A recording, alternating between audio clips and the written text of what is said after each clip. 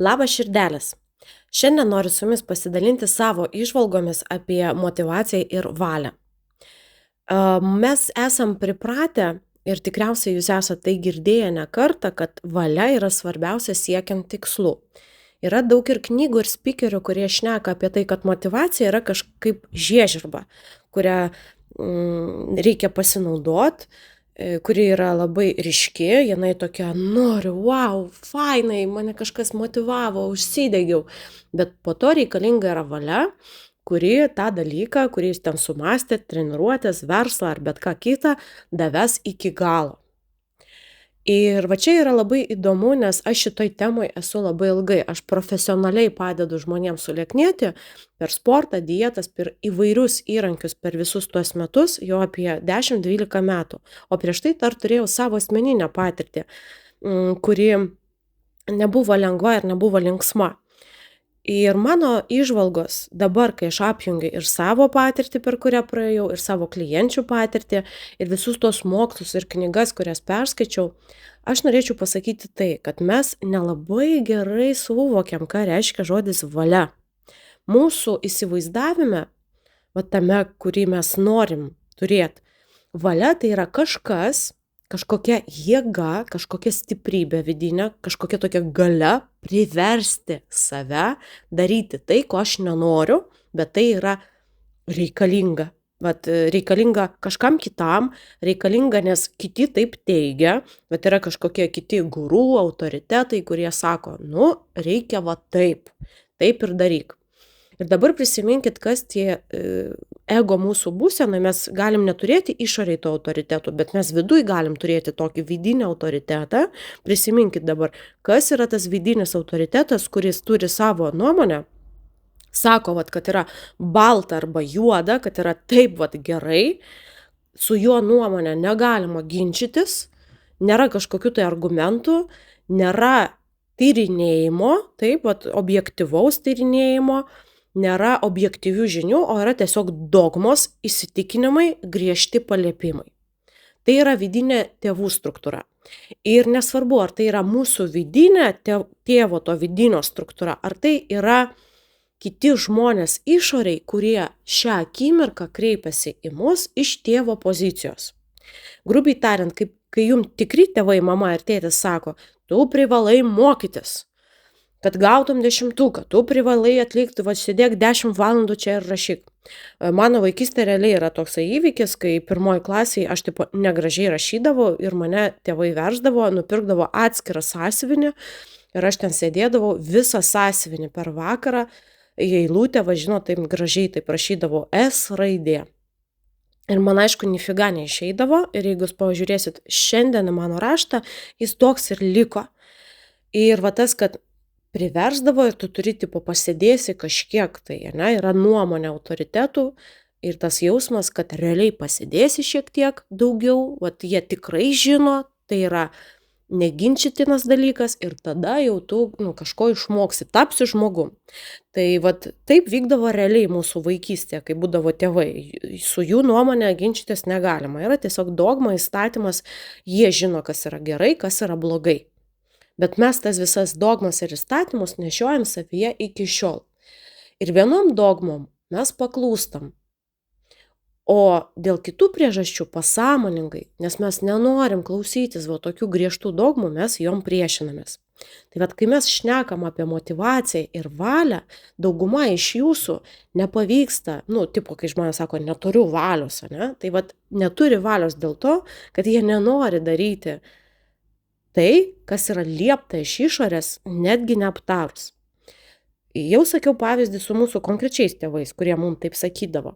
Bet kai jūs matot Instagrame kokį nors trenerį, kai jūs matot gurų, kuris sako, klausyk, tam, kad sulieknėt, reikia pakelti užpakalį nuo sofkutės ir pradėti pritupinėti. Aišku, tai yra tiesa. Pritupimai yra super dalykas. Bet ir vėl yra kažkoks autoritetas, kuris liepia man kažką daryti su sąlyga. O jeigu nekelsi to užpakalio, tai nežinau, būsi stora, tinginė, niekas tavęs nenorės, ir ten visokiausių yra kitų būdų jūs užmotyvuoti. Ir realiai tokia motyvacija, kabutėse, jinai pataiko į širdį, nes tai yra tai, ko mes ką mes labai gerai pažįstam nuo pat vaikystės.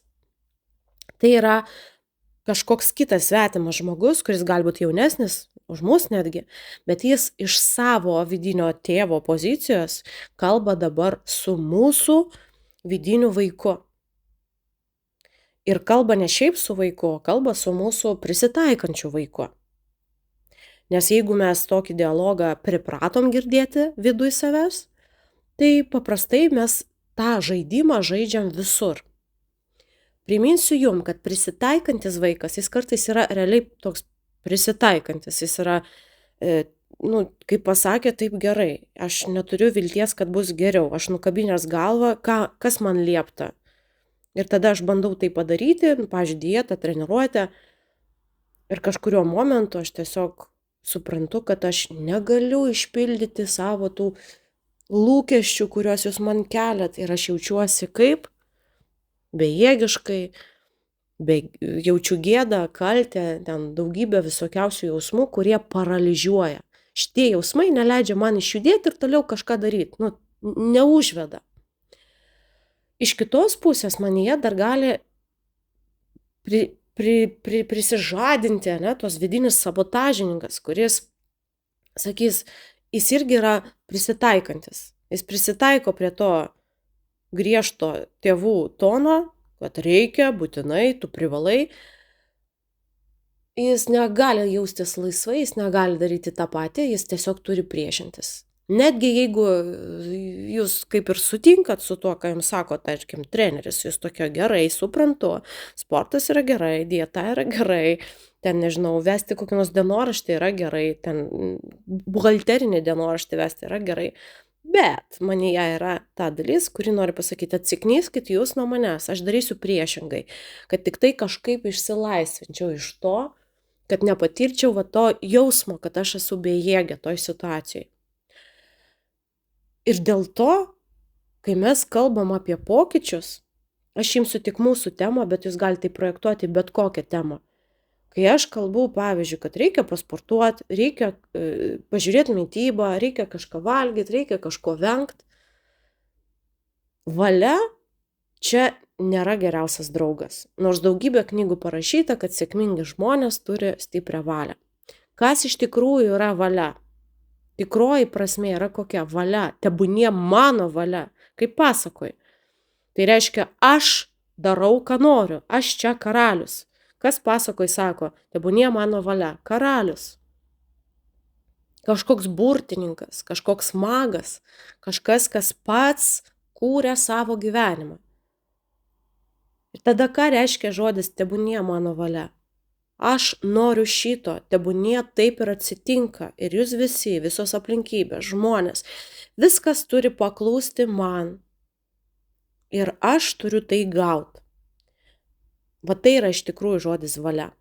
Bet kadangi mes šitoj situacijoj grįžtam ir vėl prie tos psichologijos giluminės, veikiam iš pozicijos prisitaikančio vaiko, jis nėra laisvas, jam negalima rodyti valios savo, ką tai reiškia, savo norų jam negalima rodyti, savo poreikių, pareikalaut, kad aš turiu tokį poreikį pamiegoti, pailsėti, aš turiu poreikį pabūti viena, šito negalima.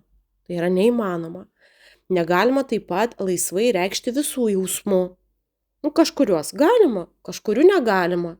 Nes šitie jausmai, pavyzdžiui, yra nesaugus, nepageidaujami, jie yra negražus, mūsų šeimoje taip nedaro, arba realiai jos rodyti yra nesaugu. Nes jeigu aš jos parodysiu, tai arba gausiu barties, arba, mane atstums, pavyzdžiui.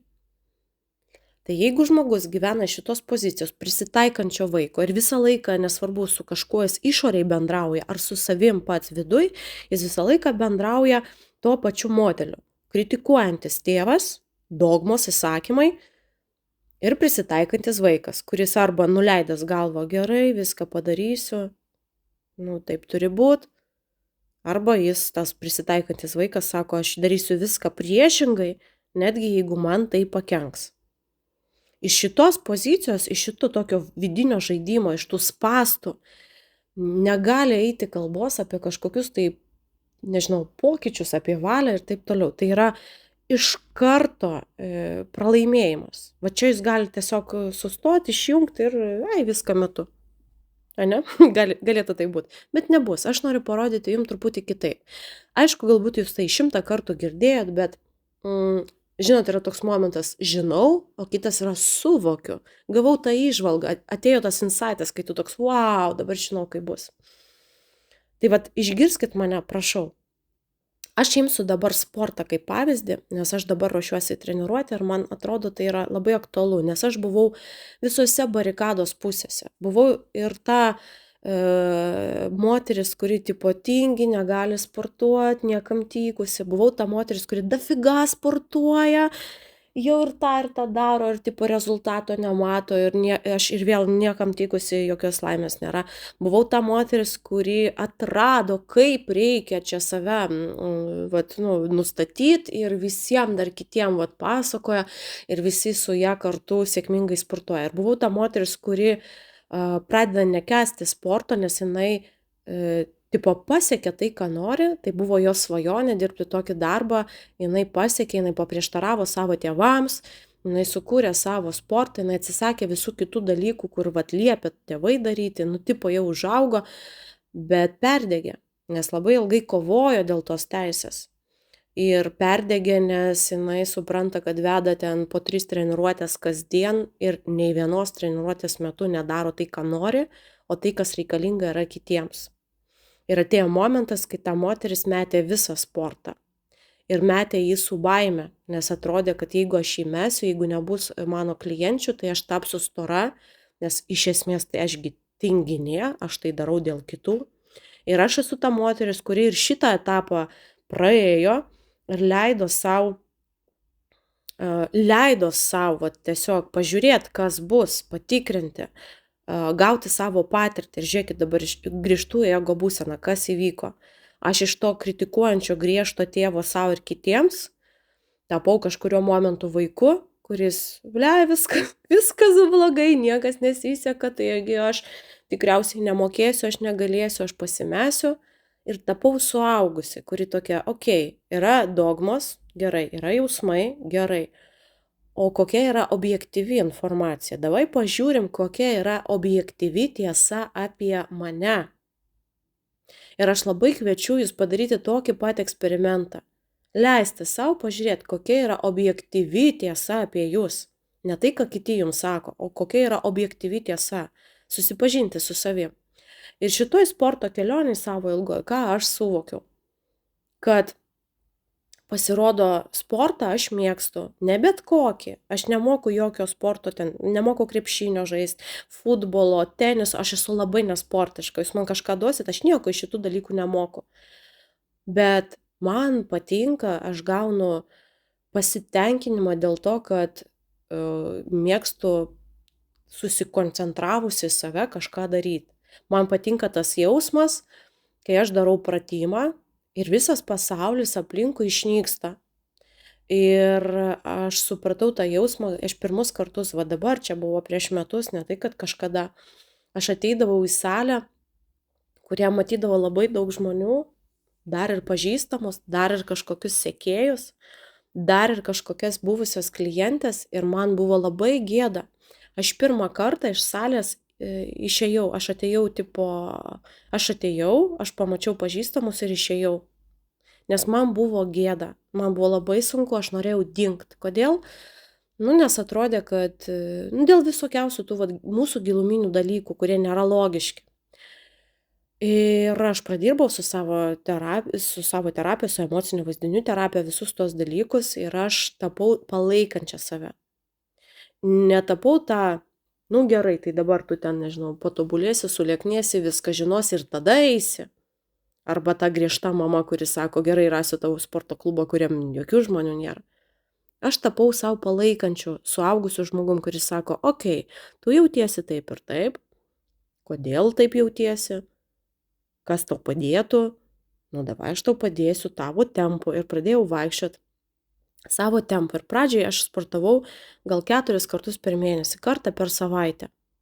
Ir aš savo tai leidau. Aš jokių būdų nežiūrėjau iš prizmės, kokią naudą man tai atneš. Reikėtųgi, Nu ir ten skaičiai 3 treniruotės, Aš tiesiog leidau sau būti ir tyrinėti save šioje situacijoje, kas man tai yra asmeniškai. Sporto salė, kas tai sportas yra man asmeniškai. Ne tos dogmos, kuriuo aš išmokau, kurias aš pati perteikdavau jums, o kas tai yra man asmeniškai. Aš labai kviečiu jūs irgi va taip patyrinėti. Nes tai yra jūsų gyvenimas. Netgi jeigu jūs sveriat, pavyzdžiui, toną, galbūt tai bus, kad jūs visą gyvenimą sversit toną. Ir galbūt jūs nežinot, kiek jums metų skirta gyventi. Kai kam neskirta jau rytoj atsibūst, o kai kas gyvens dar 100 metų. Ir jeigu jūs dar gyvensit 100 metų, tai jūs gyvensit su savo kūnu, su savo charakteriu. Jūs gyvensit su savim. Žmonės keisis, vaikai užaugs, išeis, vyrai keisis, draugai keisis. Pastatai aplinkui irgi keisis, kažkas statys, kažką griaus. Jūs liksite su savim. Ir jeigu jūs negausit geresnės versijos, jeigu jūs nepasieksit, nepadarysit iš savęs geresnės versijos, kad su ją būtų patogu gyventi, o jūs turėsit tik tai save. O tokia, kokio jūs esat.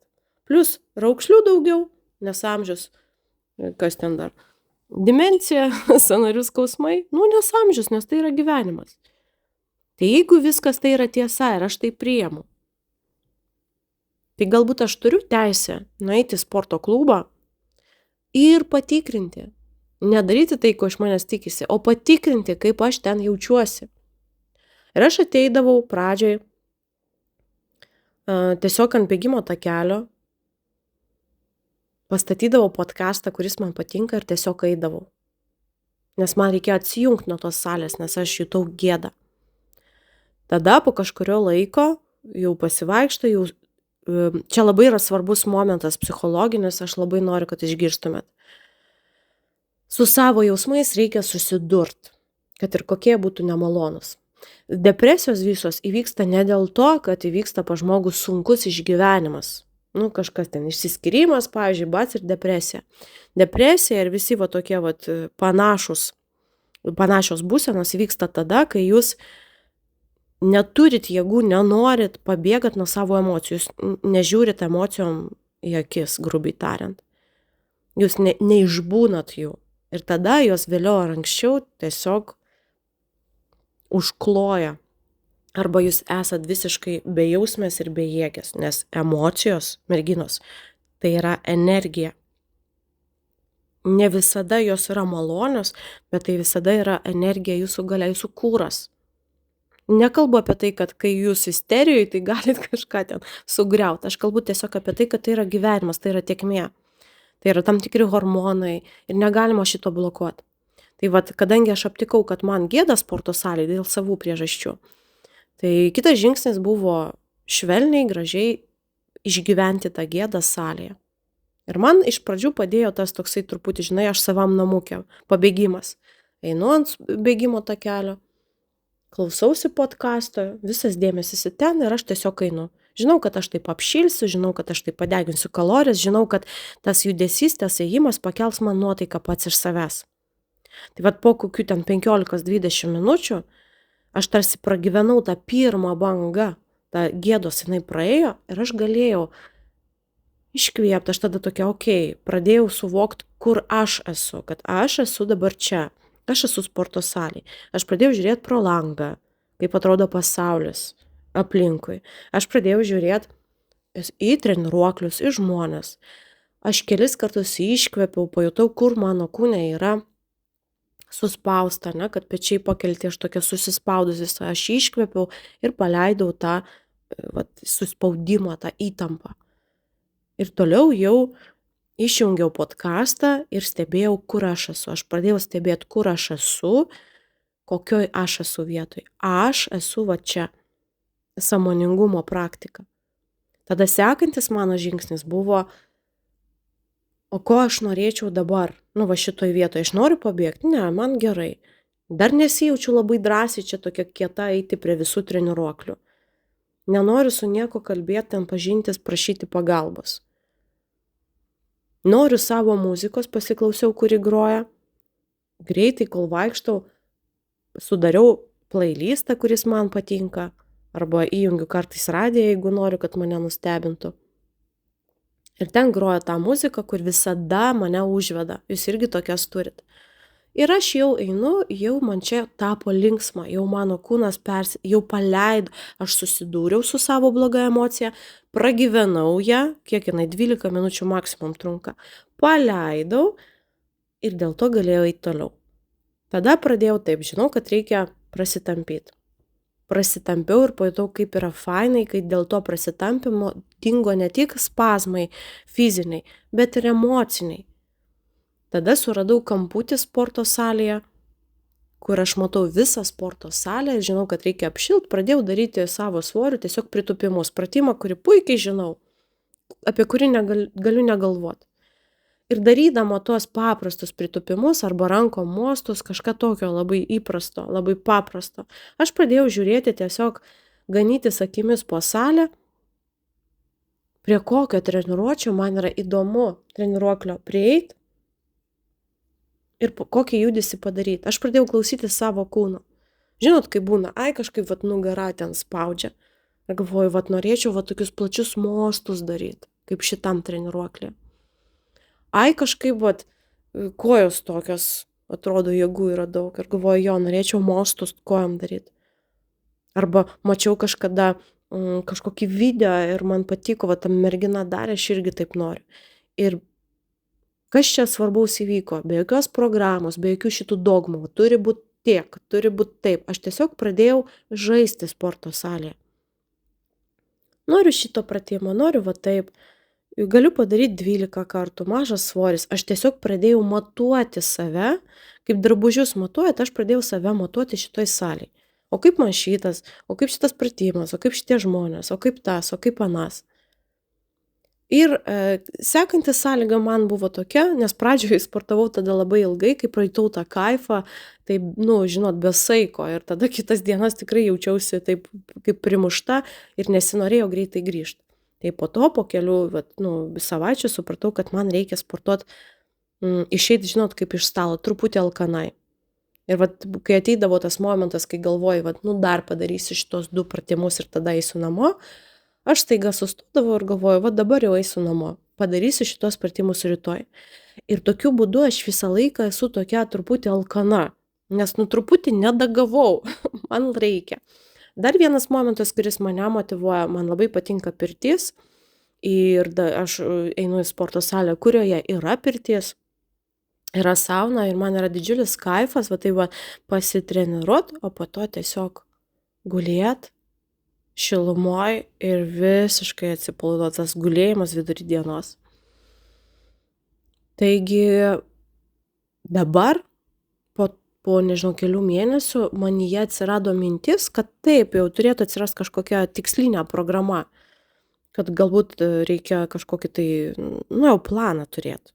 Bet tai atsirado natūraliai pagal poreikį, o ne dėl to, kad man kažkokia išorė man privertė tai daryti.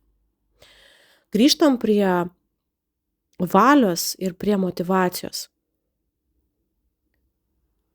Jeigu jūs visą gyvenimą darė tai, kas reikalinga, kas yra protinga, kas iš jūsų, ko tikimasi iš jūsų, tai aišku, kad kažkuriuo momentu, kai ateina ta vidurinė krizė, 30-35 metai, tiesiog nebeužtenka jėgų daryti tai, ko kiti iš manęs nori.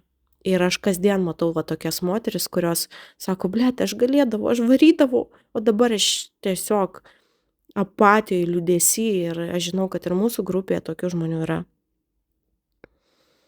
Ir tai yra dėl to, kad jūsų kūnas jums dabar padės, sako, aš daugiau energijos tau nesuteiksiu, kad tu aukotum save vardan kitų, užtenka. Psichologiškai tai vyksta tokiu laiko tarpsniu irgi yra priežastis, kodėl. Nes kitokio amžiaus pas mus mes turim tarsi dar vieną viduj tokią personą, kuri yra kaip naratorius, kuri yra kaip stebėtojas. Ir jinai staiga pamato, kad, širdelė, tu visą gyvenimą gyvenai dėl kitų. Galbūt tu dar nežinai, kaip tu pati nori. Ir tai liečia visas temas. O čia esančios merginos, kurios domisi svoriu, tai, dažniausiai jos domisi svoriu visą gyvenimą.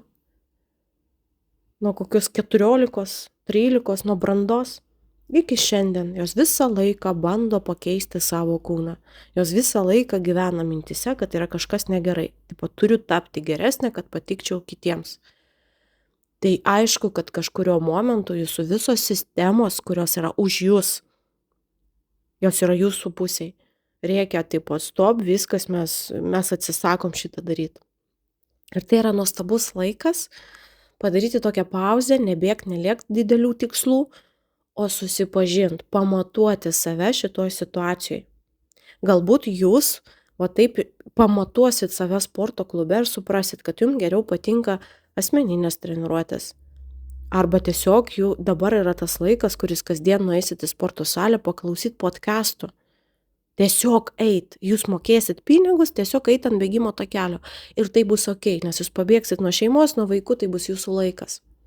O galbūt kažkas atras jogą, galbūt kažkas atras šokį, o galbūt kažkas pirmą kartą gyvenime leis savo kiekvieną dieną daryti kažką kitą.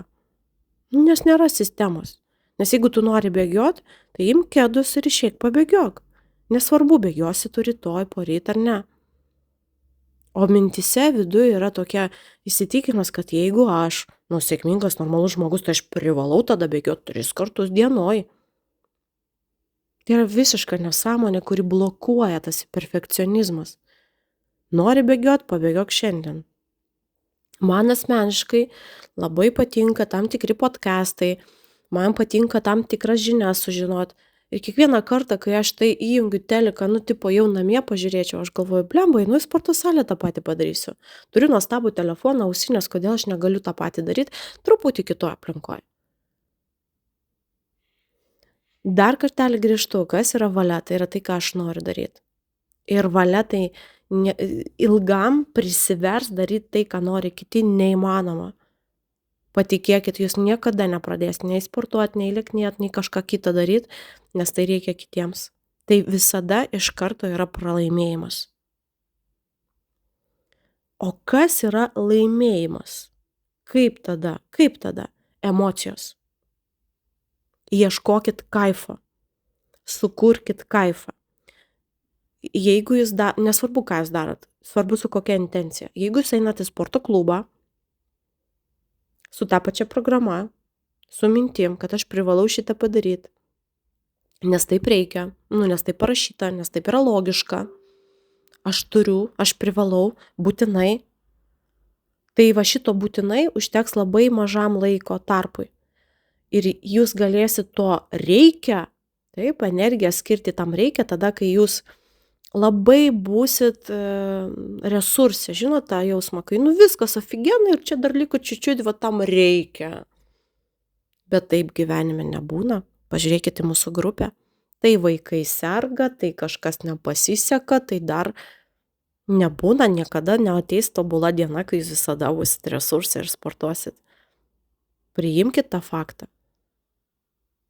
Todėl savo šitoj dienotvarkiai jūs turit sukurti, jūs turit atrast momentus, kuriuose yra emocijos ir kuriuose yra energija. Aš jums papasakau savo, kaip aš tai darau sporto salėj. Aš kartais įsivaizduoju, kad man reikia apsivalyti. Ir aš paleidžiu mantrą ir aš einu ir aš jaučiu, kad tai, kad aš einu ant bėgimo takelio, kad groju šitą mantrą ir aš tiesiog viską išvalau. Kartais man reikia, kad aš jausčiausi tokia, žinot, galinga, visa galinti, turinti viltį. Man reikia save pakraut, savo tą, žinot, ego truputį pamaitint ir aš tada einu ant to sporto takelio, klausausi kitos muzikos ir žiūriu pro langą. Ir galvoju, blemba, kiek namų, koks Vilnius didelis. Ir kiekvienam šitam name gali gyventi mano klientė.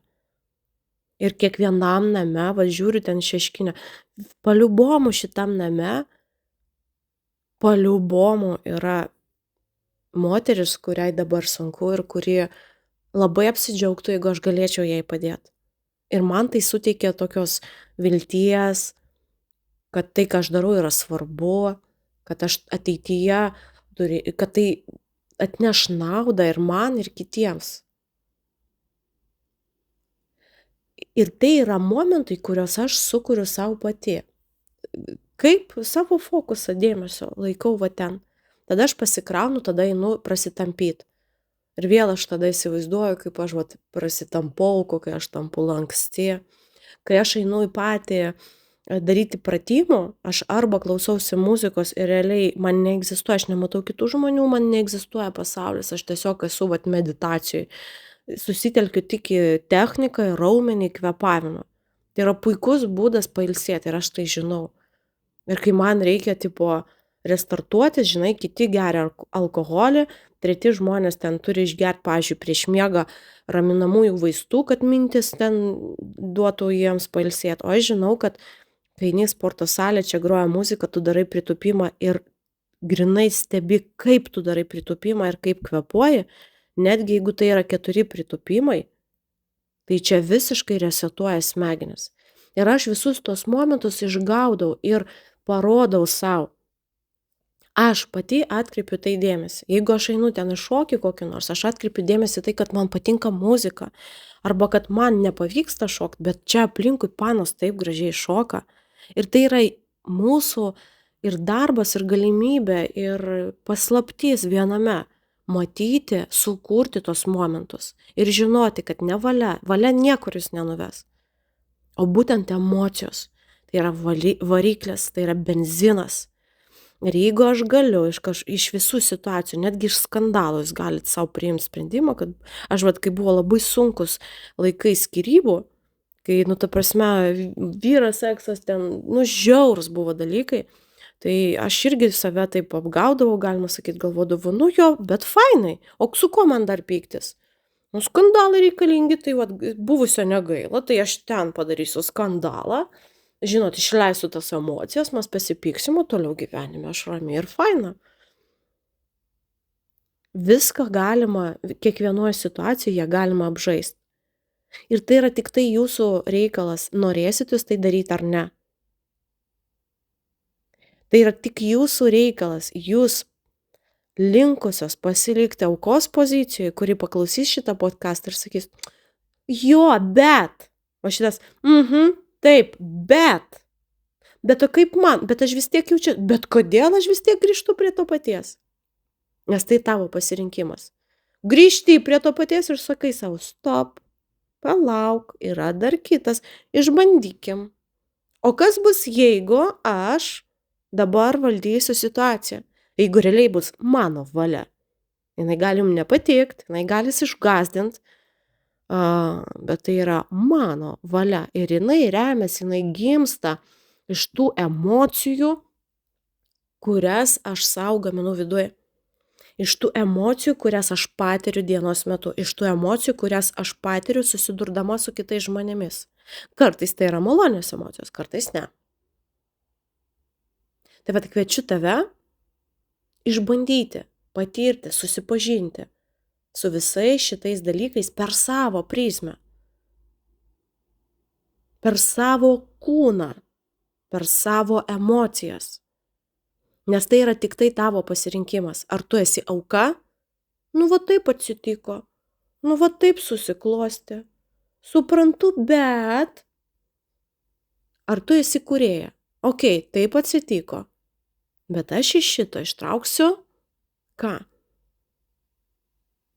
Jūs norite taip? Okei, dabar mano eilė rinktis. Baigsiu labai gražiu sakiniu. Klausykit, dabar mano eilė gyventi taip, kaip aš noriu. Jums teks su to susitaikyti. Dabar mano eilė ir man nebus dėl to gėda.